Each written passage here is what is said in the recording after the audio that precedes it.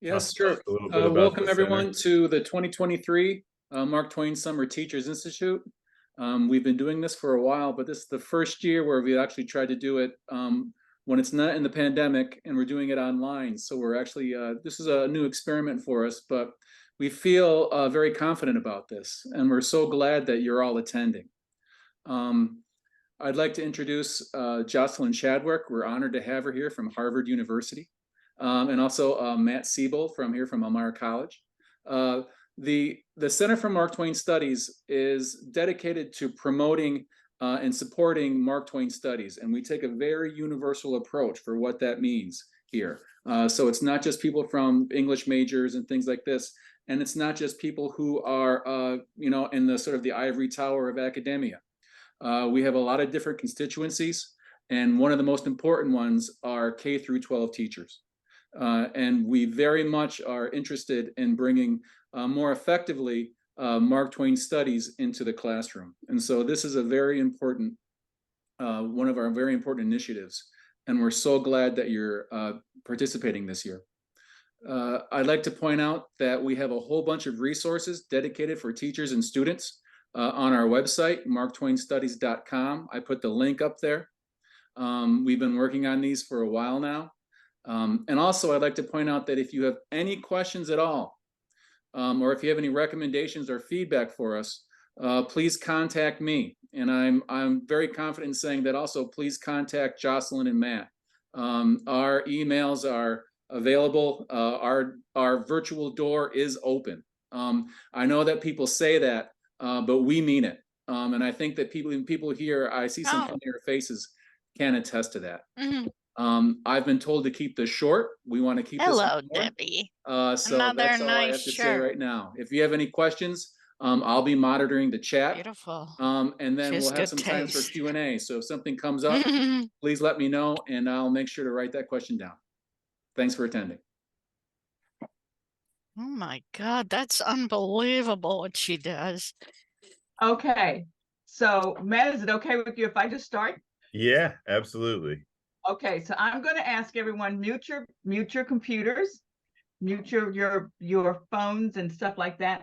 And when you want to talk, unmute, and it's a free flow. And we're going to keep this just like we said. As Joe said, this is a pilot, and we're hoping that we'll be able to reach more teachers around the country, teachers, librarians, pre-service teachers, and even some social studies folks, because even though we'd love to be on the porch in Elmira, we're in a crunch time now. This is a crunch time where teachers are being challenged, librarians are being challenged, books are going everywhere, and we're losing people. Authors. When I say people, we're losing authors. And so our goal with this new pilot that Joe mentioned is to try and do a broader outreach.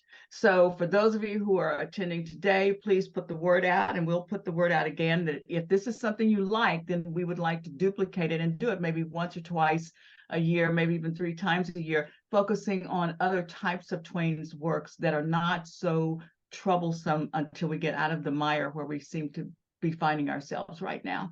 So my 20 minutes, most of you know, if I'm here, Giovanni's here. Giovanni is my clock.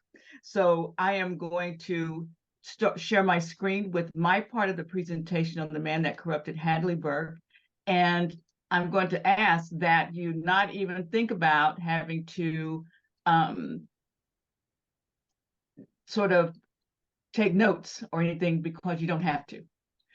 This is going to be on the listserv, as Matt said to you. So I'm not going to go through all the slides. I just want to tell you why we chose the man that corrupted Hadleyburg and what all those names up there mean. Some of you have been in the classroom as long as I have, which seems like from the dark ages. And the names you see in red there are 1/100th of the names we have lost in classrooms around the United States of America. And that is shocking. It's just absolutely shocking when you start thinking about all of these authors. We have students today, and we have students for the last 10, 15, maybe even 20 years who have no idea who these people are and have never read their work. And that includes Mark Twain in the Blue. Earlier, I'd say last year, a teacher, when I was still on Twitter, tweeted that he wanted to teach Mark Twain, but he was frightened. And I told him that I would do anything to help him. And then he wrote me back saying that he just couldn't do it. And since that, I've had other teachers who will tweet, and some of you know, you tweet or not tweet, but you send me a text and I answer no matter what time it is. And the deal is there are still too many teachers who are afraid of teaching Mark Twain or who don't understand Mark Twain. And they only think of The Adventures of Huckleberry Finn or Adventures of Huckleberry Finn, The Adventures of Tom Sawyer. They don't really think past those particular texts. And so what we've been trying to do is to help teachers, librarians, pre-service teachers, folks, think about different parts of Mark Twain and different works that students can relate to. And one that we thought about this time is The Man That Corrupted Hadleyburg. And we thought of it because it really is a touch point that, as if you can see the thematic threads there, the curricular targets, the scaffolding, this is a story that is a mystery story. It's a story that is a story about human nature. It's a story that is about who we think we are and who we are.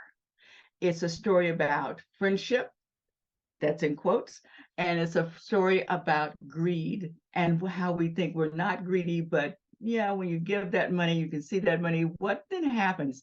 It's also about being the other, and the other doesn't have to be, I'm an avid sci-fi fan, so it doesn't have to be the monster from the Black Lagoon. It can be just someone, a new kid on the block. It can be, I'm walking into a different space and place, and I don't know the people, or I don't know the culture, I don't know the place. So what does it feel like to be the other person? And what about that person's reception when he or she or they go into a certain place? And this is an old story, and yet as I reread it, and have now reread it several times preparing for you in this day, I keep thinking it's more prescient now than when Twain wrote it. And I really like that. And I think that the students will like it too, because it allows them to step outside of their here and now and actually talk to what they are experiencing through the eyes of someone else. And I do think that this is a story that can relate to elementary, middle, and high school in varying ways. For those, if there are any elementary here, the first 5 pages of the novella is the first 5 pages are really good in setting up what a town is like that thinks that it is incorruptible, that it just can't be corrupted because they're so good, they're God-fearing, they do everything they're supposed to do, and it doesn't matter what happens. And to see the foreigner come in and how Twain uses caps and lower caps and italics, again, with the writing and so forth. What is that like? And all of our children at some point, including elementary kids, have felt on the outside. Somehow they can relate to being different, either by clothes, by being the new kid in the school, by being in a different classroom, you name it, our students have experienced it. So I think even at the elementary level, if teachers, we have one teacher who always comes to the seminar, and it is Michelle Halperin, and she takes a specific short story and she doesn't redact it all the way. She changes one particular word, but those kids not only read the story, but she has someone from the Twain Center always read the story aloud to the kids. And the questions that emanate from those 4th graders would rival my graduate students. And I'm not kidding. They go deep because they're processing and they think. And so I like the idea of introducing Twain where we can at the elementary level. And this is a good story to do that. Not the whole one, not the entirety of the story because it's long, but just the first few pages of getting into a new town, getting to know a family, getting to know this stranger who comes in with a boatload of money, he says, and he has a plan. And just to then allow the students to think about that and talk.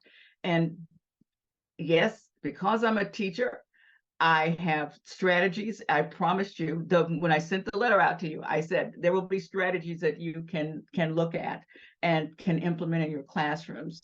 So I wanted to show you just the various ways that, again, for elementary, for middle school, you pump it up a bit. For high school, it's the entire piece. I think the high school students would enjoy the entirety of the piece and the complexity of the piece, because it also, you'll see fake news and true news.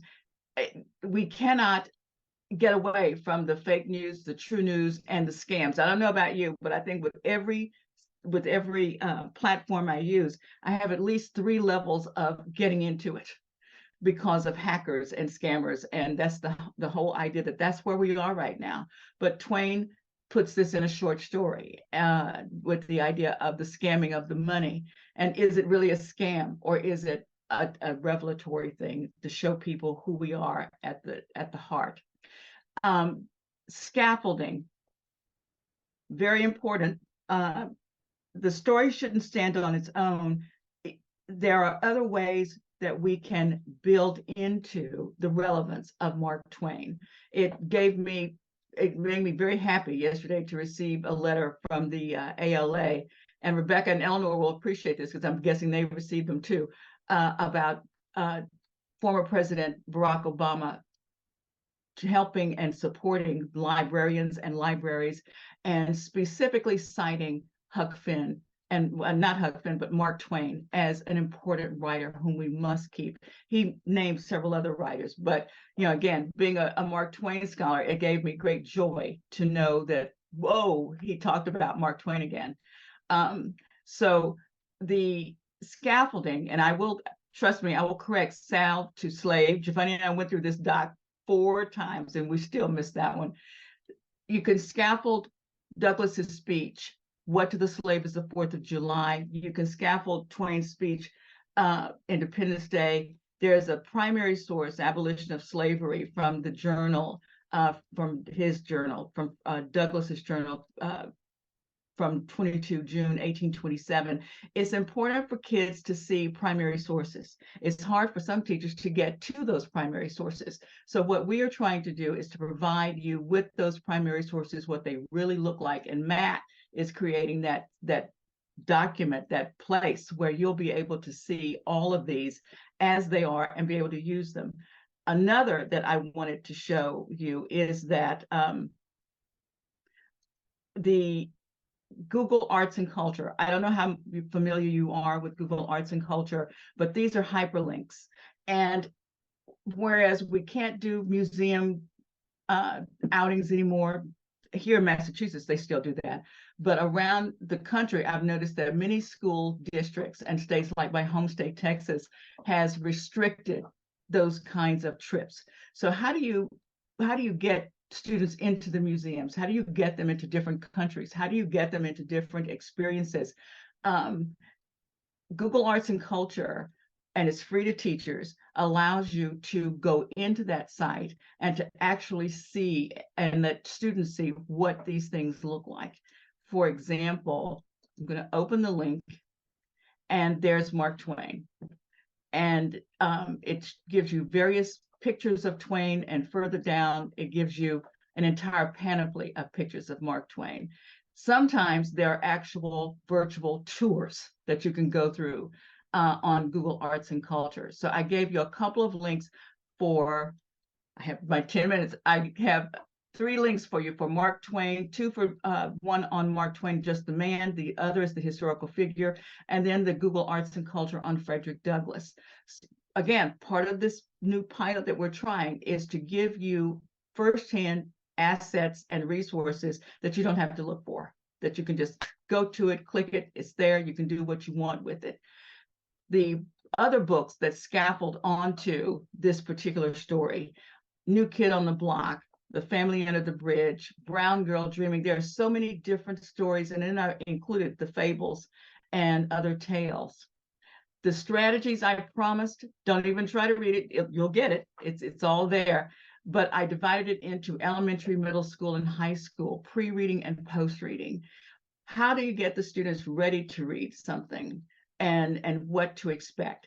And I'm really an avid believer in the pre-reading conversation, getting students into groups and letting them talk about a certain theme or an idea or a moment.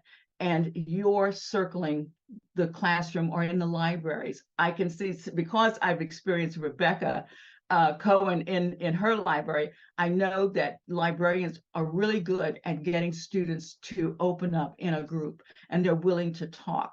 So that pre-reading gathering of freeing them up and letting them know, here's some themes that we're talking about that are in this text that we're going to read. What do you think about that? Have you ever had experiences with that? And then the post reading, coming back, in a sense, once they have their ideas and they share out, then you come back, you read the work, and then we talk about, what have we learned? What do we know now that we didn't know before? What do you think about that? What kind of relationships do you think work for you or that apply to you? Or what have you learned in terms of, just as you'll notice in the high school, we decided to riff on the word corrupt. So how does that, what does it mean? What's the difference between corrupted and corruptible? And do we have examples of that? Where's Twain going with it? To wind this up, the point of The Man That Corrupted Hadleyburg is a story that gives us pause of not taking ourselves so seriously that we think we're sitting on the top of the mountain and that we divine things and we give solace and knowledge to the people down below.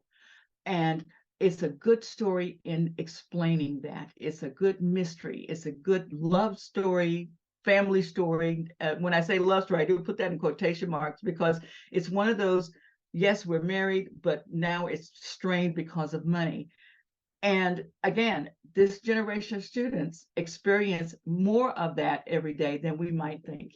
So for them to be able to see something and to read a text that was written so long ago that actually reflects bits and pieces of their day-to-day life is very, very important, because it allows those pre-discussions and post-discussions will allow students to express themselves, will help teachers and librarians and even pre-service teachers better understand this particular group of students. It's not the kind of story that you read, you take a test on, and you move to the next book. It's the kind of story that really goes inside of who we are and how we feel and how we respond to challenges. And that's one of the reasons, that's primary reason that we selected The Man That Corrupted Hadleyburg. It won't get you into trouble. It won't compromise what you're doing. It just simply is a story that is relevant, it's prescient, and you can do it without, worrying your colleagues or parents or anything like that. And so we're hoping that this one will help you. And I'm on time, right? Great, I'm on time. So now we can go back. Matt, you're up. Well, thank you, Jocelyn. I'm going to do the same thing and share my screen. And I'm going to start by, as Jocelyn mentioned, one of the things that we provide is a set of resources. Right? And as Joe said earlier, on our website, there are a bunch of teaching resources related to various texts, topics, and just Twain more generally. But I'm going to talk about the one that we're creating for this specific purpose, which is about the man that corrupted Hadleyburg. At the top here, you'll see that eventually the video from this seminar will be here. And so if you want to refer back to it or tell your colleagues about it, they can watch what we talk about today. You will also recognize these as Jocelyn's slides. And so they are available to you at your leisure. Just below it, I have the original text of The Man Who Corrupted Hadleyburg as it was produced in Harper's Monthly in December of 1889. Now, what you'll notice here is when it's embedded in the site, all of the images are removed. I'm not sure exactly why that is. I think it has to do with a sort of copyright protection from the platform we use. But if you go to these dots, you can download the PDF, and what you will get is a PDF that has the images, and I'm showing you it right here, right? And one of the things I wanted to point out about this is that this came out in the Christmas issue, which was always the most popular, the best-selling issue of the year for Harper's Monthly. And it was the first issue of the 50th year. The number one issue of the year was always the December Christmas issue. And this was the beginning of the 50th year of Harper's Monthly. And so they had really tried to put together a set of articles, stories, poems, so on and so forth, that would both represent what the magazine had become over the course of half a century, right, but also serve the purpose of a Christmas issue, right, which was presumed to be reading aloud, sharing with family, discussing over the holidays, right, and one of the interesting things about Twain's story, right, is that it is a fable, right? It's a fable about honesty, about appreciation, about community, so on and so forth. But it has a dark element to it too. And so it serves this kind of, in many ways, it is very appropriate to as a Christmas tale, but in other ways, it is perhaps an unusual choice for the Christmas issue, right? But it was near the front of the magazine. And of course, at this time in 1899, Twain is at the absolute peak of his popularity. And so, his brand, right, his name being associated, the release of a story would have definitely helped sell the magazine at the outset of this sort of important year for Harper's. And as I said, you'll be able to see there's a lot of images that were associated with the story, right? But I want to keep going a little bit through this this archive that we've created. Another thing that I've created here is a set of really short articles that hypothesize the town that Hadleyburg is based upon, right? So if you read the story, and I know not everybody has read it yet, but if you read the story at the very end, Twain drops this little hint, right? That this may be a real place, but that he's not going to name what the real name is. Right? And so there's this kind of suggestion that he has, disguise the names to protect the innocent, as it were. But there have been a lot of hypotheses in the ensuing century about like what was this based upon. And two of the most popular have been Oberlin, Ohio, and Fredonia, New York. And I can tell you, I haven't been to Oberlin, although I know they do talk, they do sort of publicize this to some extent. But I have been to Fredonia, and the Historical Society in Fredonia, the museum in Fredonia, has a whole exhibit about this concordance. So one thing I thought, for teachers who happen to be close to Fredonia, this is an opportunity for collaboration with your local historical society, right? For a little field trip to the museum, for thinking about local resonances, right?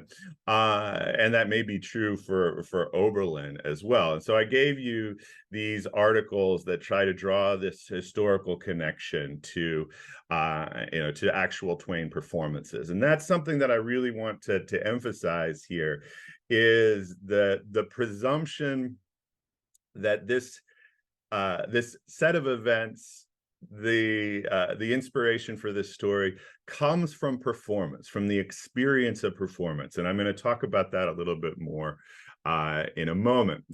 We also provided, and this is, from my own teaching experience, one of my favorite and I think most productive classroom activities is thinking about adaptation, right? How do you take a story that is in a sort of conventional literary form, like Twain's short story here, and convert it into another media, right? Film, radio, song, television, so on and so forth. And I think this story lends itself very well to adaptation, as has become apparent because there have been many adaptations in many mediums over the years. One that is just coming out this year is a graphic novel by Vander Antunes, who is working on a graphic novel of Huck Finn as well. One of the more interesting ones, and this one might be hard to come upon, but it did tour Europe a few years ago, is an opera, a Chinese opera called The Small Town, that is based upon the man that corrupted Hadleyburg. There are several audiobook editions, but I wanted to draw your attention in particular to this one, which is read by a cast, right? And so you have a kind of performance of various voices. One of the things you'll notice about Twain's story is that there's a lot of dialogue. There's a performance scene that we're going to talk about in a moment. And so there's a real advantage to this audiobook version is that you can sort of hear all of the voices, all of the townspeople sort of brought to life. There have often also been several TV adaptations, one by PBS, another that aired in Poland originally, and then was later part of a series called Theater Macabre. There was one on NBC. I haven't been able to get the video for that yet, but David Bianculli is working on it for me. And finally, a CBS radio play, which I think is really excellent. And the video or audio, in the case of the radio play, should all be here and usable for you, right? And so I think one of the things that I really encourage in the classroom is sort of taking specific scenes, reading them, reading about how Twain tries to bring the scene to life, and then seeing how people in other mediums try to adapt that, right? What do they do with various aspects, peculiarities of Twain's story? How do they adapt them to new times, to new mediums, to new audiences, so on and so forth, right? And I'll get into this a little bit more in a moment. But one of the things that situates this story, right, at the very beginning of the story, it says, let me bring it back to the top. It says, it was many years ago.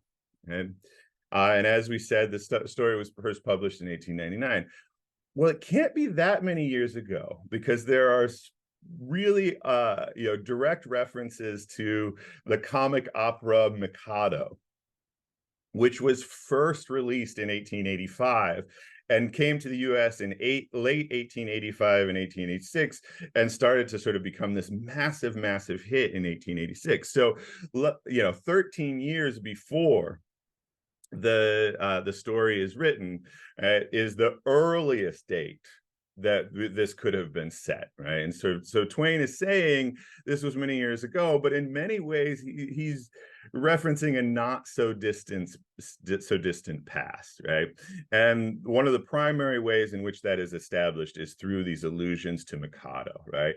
And if you're wanting to talk about like scaffolding text, right, the music from Mikado, the Criminal Pride was one of the big hits from that from that opera, and you can listen to the version that Twain is making reference to.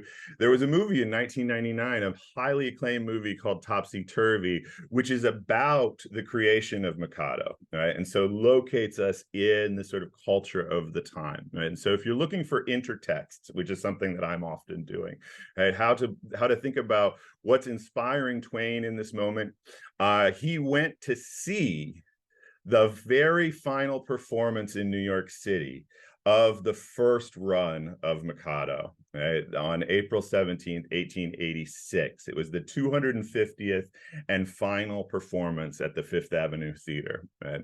And so he had seen this, he had been in the audience, and I think thinking about the effect that this performance has on Twain and on the story, why he chooses to integrate some of the music, or at least allusions to the music, into his story is an interesting thing for you and for students.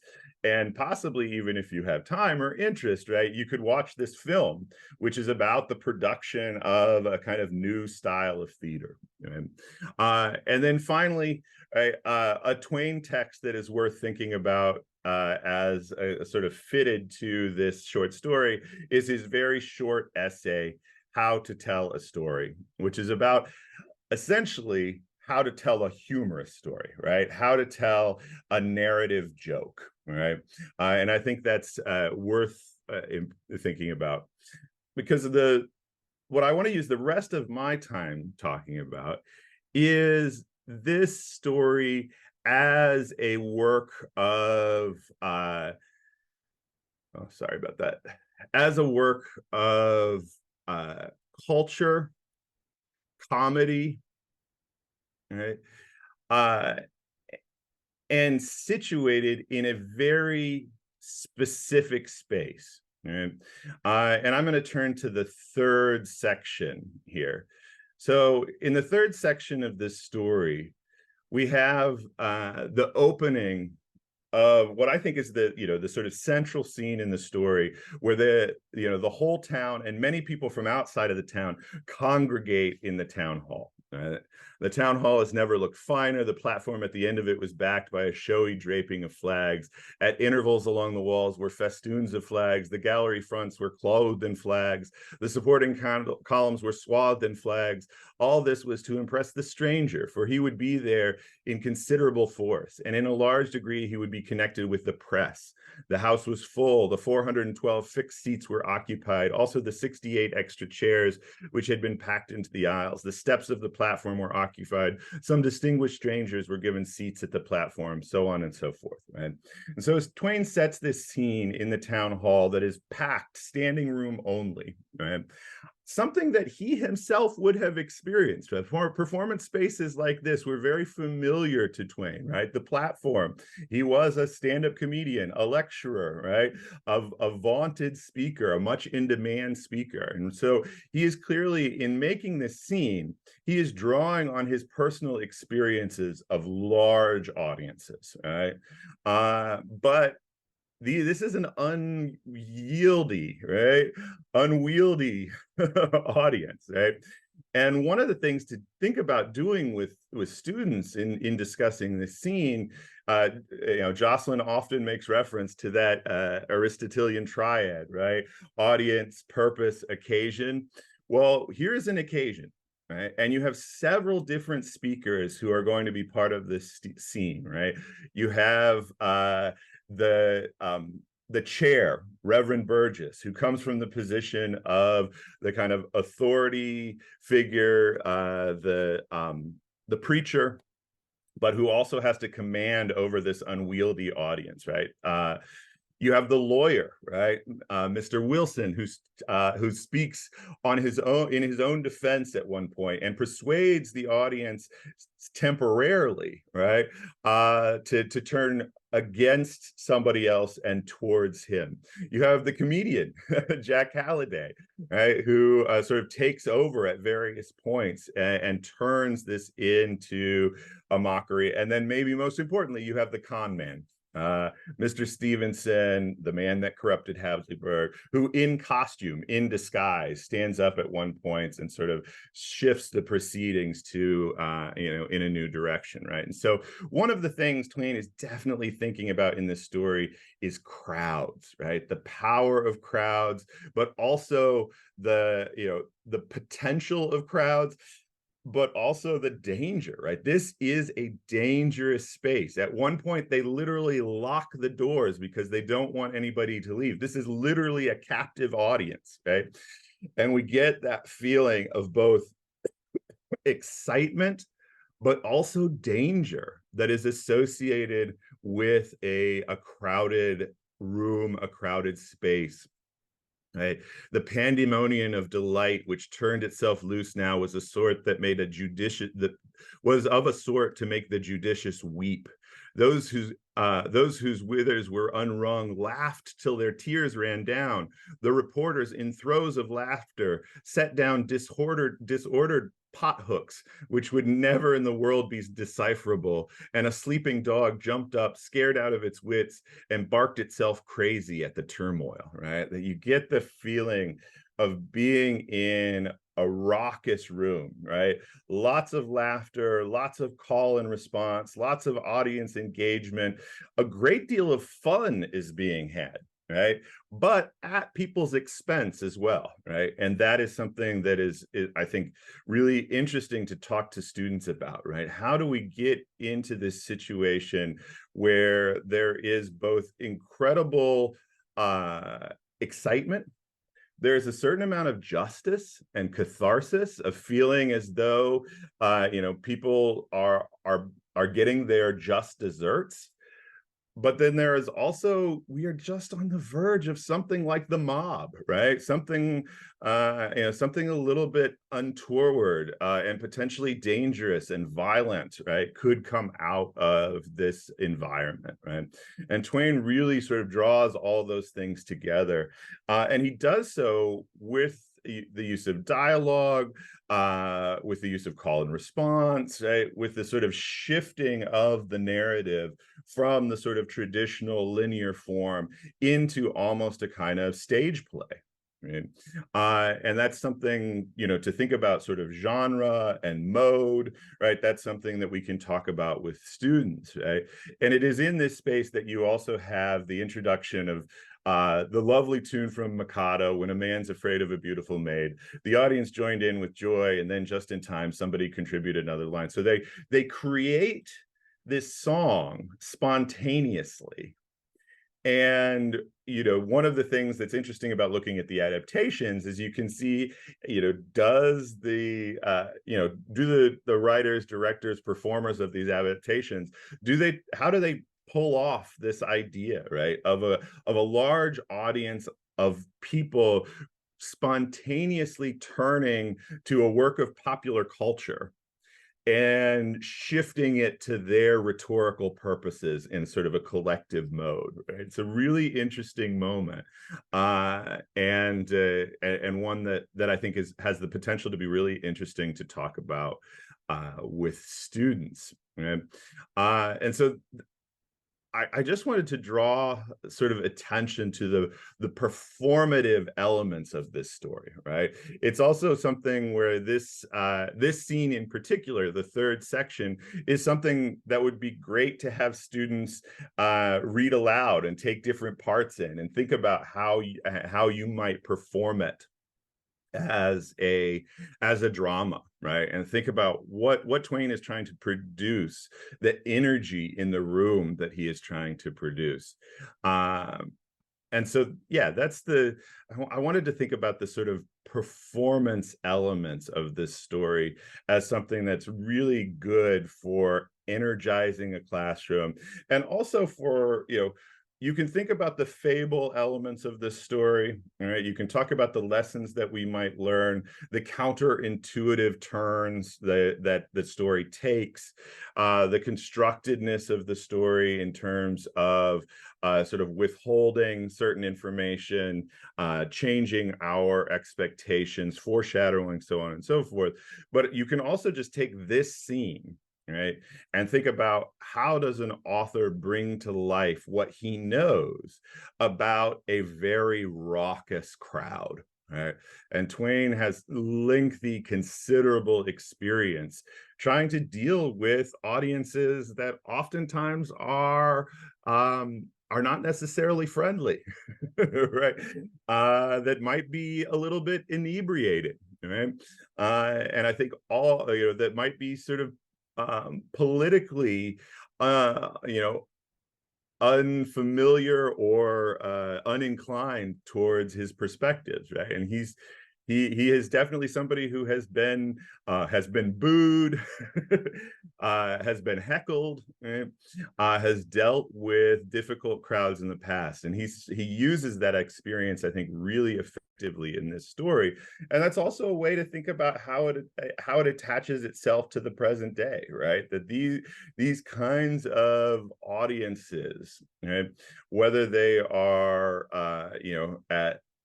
at stand-up comedy performances, at political rallies, at protests, right? The idea of the crowd, the unmanageable crowd, the difficult crowd, the potentially dangerous crowd, right? That's something that is transhistorical, right? And is very much at the center of this story. And so those were some of the ideas I had about how I might approach this story. But I also wanted to give you some tools and some resources that you could use in, to come up with new ways to approach the story, or that fit to your particular student group, your particular region, your particular classroom level. So that's what we have. We wanted to make sure there was plenty of room for questions and feedback. And so I'm going to stop sharing and open the floor up to everybody.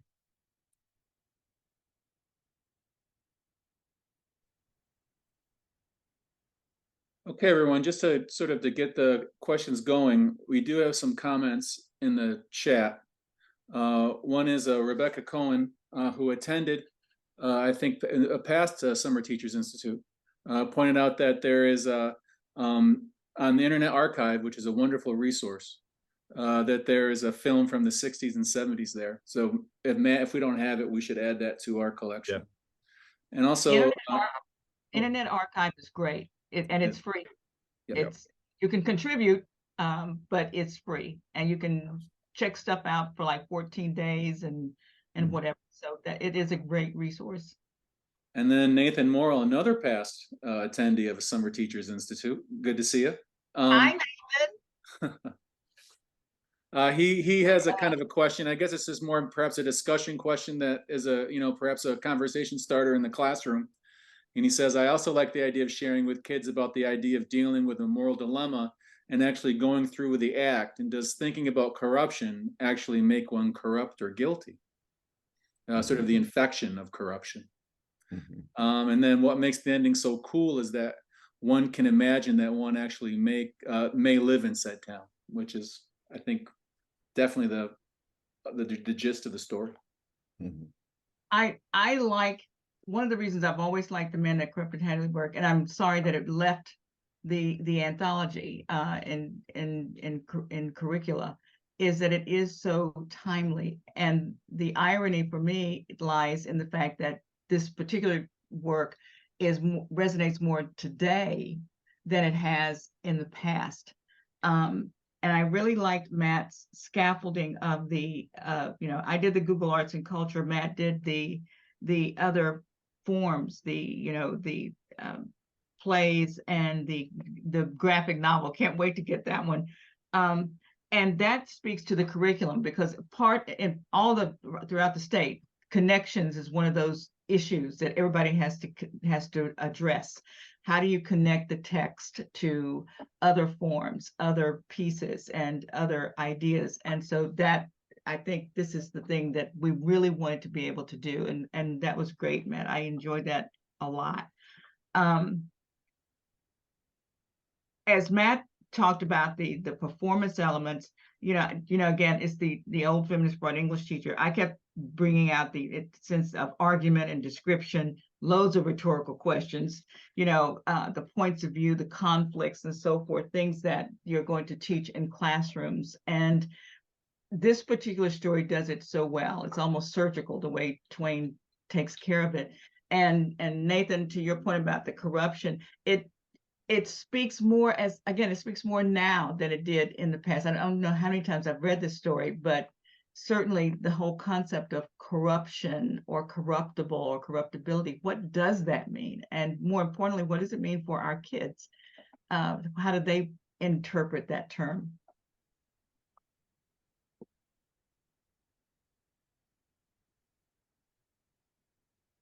Joe, is there any other question or comment? Nope, that's it right now. But we have time here. If anyone, just has a question in general or a comment, we'd love to hear from you. May I give a plug for what we're trying to do in that interim? Joe? Yeah, so I think that I want to just I can follow up on Nathan's comments as well, that obviously one of Twain's points in The Man Who That Corrupted Hadleyburg, a point that he makes over and over again throughout his work and in many of the stories that come from this period in particular, is that the more certain you are that you are above being duped, the better dupe you make, right? The more confident somebody becomes in their own righteousness, in their own goodness, the easier it is for them to be conned, to be humiliated, to be revealed as a hypocrite. And this is something that Twain sort of a law of human nature that he talks about in other places like What Is Man? And I think he's trying to sort of bring to life in The Man That Corrupted Hadleyburg. But I think one of the things that I always wanted to sort of remind people about this story, there's one way of reading it in which everybody in this town and everybody involved is just a horrible hypocrite, sinner, right? So on and so forth. But I also think one way to approach this is to ask students, okay, so but are these people unredeemable, right? Are there, how would you behave differently, right? What are some ways that you can look at this through the eyes of the Richards and the Richards characters, through the eyes of Pinkerton or Harkness or Halliday? Like, how do you sympathize with these characters as well? Why do they make the mistakes they make? Why are they available to be conned in this way? And I think Twain provides us with lots of motives, lots of potential rationales, lots of justifications, and getting students to think with these people, not just to see them as targets of humor, right, is really important. In the pre-reading and post-reading with all the grade levels, Matt, we were thinking along the same lines. We tapped into the same thing of first, before the students read, get them sort of primed in what you were discussing about how do we get into these situations of thinking that we're better than someone, or we're the perfect ones, or we're not so perfect, then letting them read and then getting them out after they read. Then let's go back. How has your opinion changed now that you've experienced these people? Are they as bad as you thought they were, or do you know people like that, or are you sort of like that or not like that?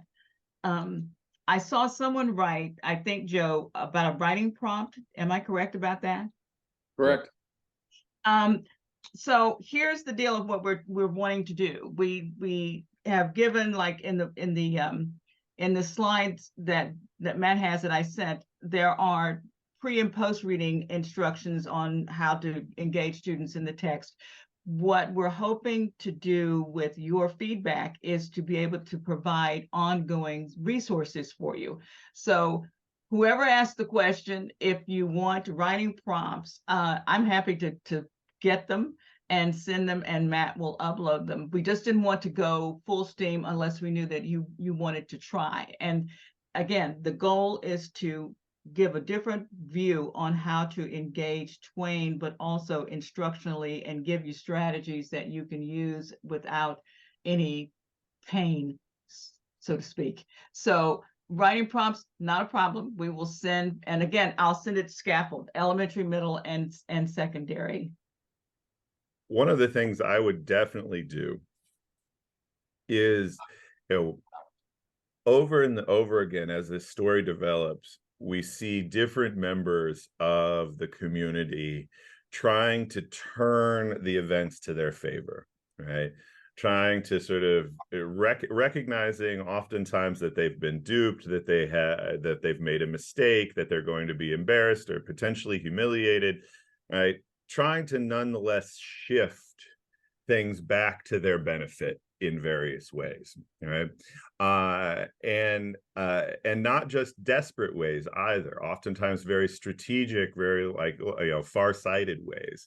For instance, with the election at the end, where I think the name is Harkness, of the town member who buys all this gilded coin, all this useless coin for an extraordinary amount of money, but then he turns it into election buttons, right, against his opponent. Right? And so one of the things I would definitely encourage you to think about with students is like how to write something from the perspective of one of the townspeople, right, in which they have to describe how they got into this mess, but also rationalize their behavior and perhaps turn it into a campaign speech of some sort, or some sort of persuasion, right? And this is something we see lawyer Wilson do, we see candidate Harkness do, we see the Richards try to do and failed at the end, right?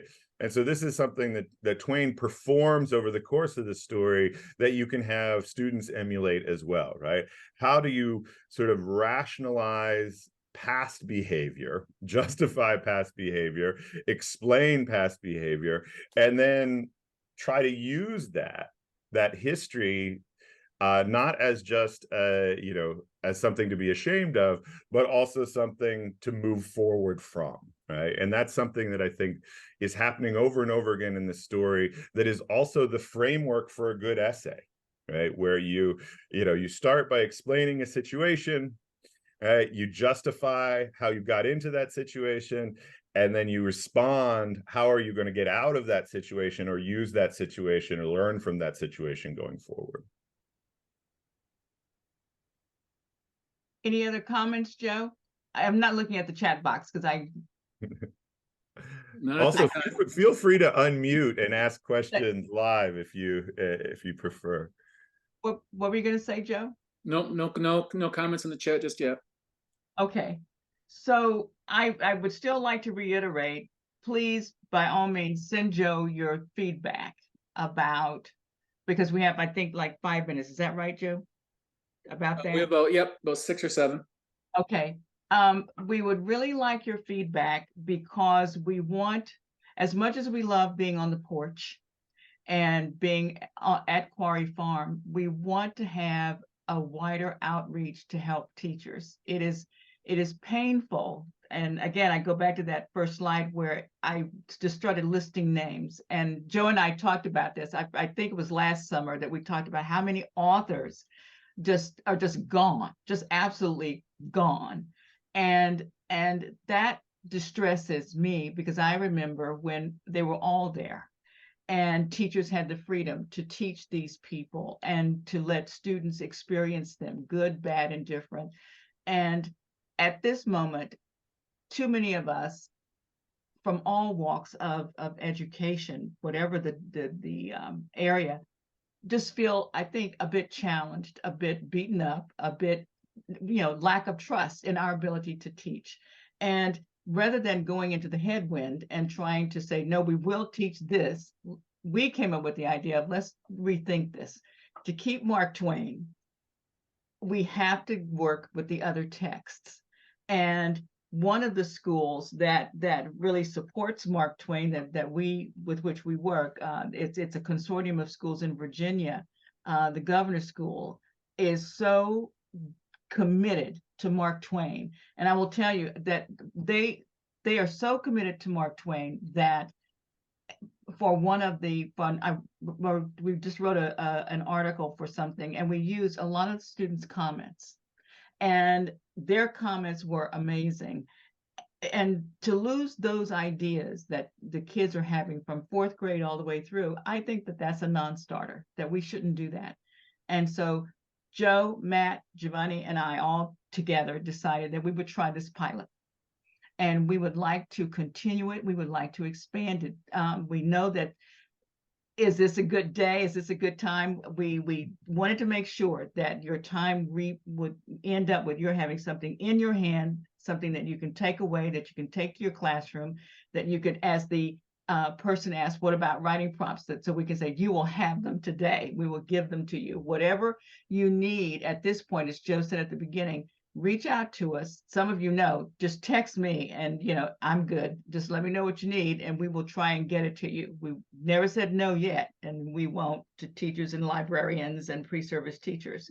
So we want to try and continue this and to keep Twain ahead of us so that we don't lose him as all those people on that slide, the first slide that you saw.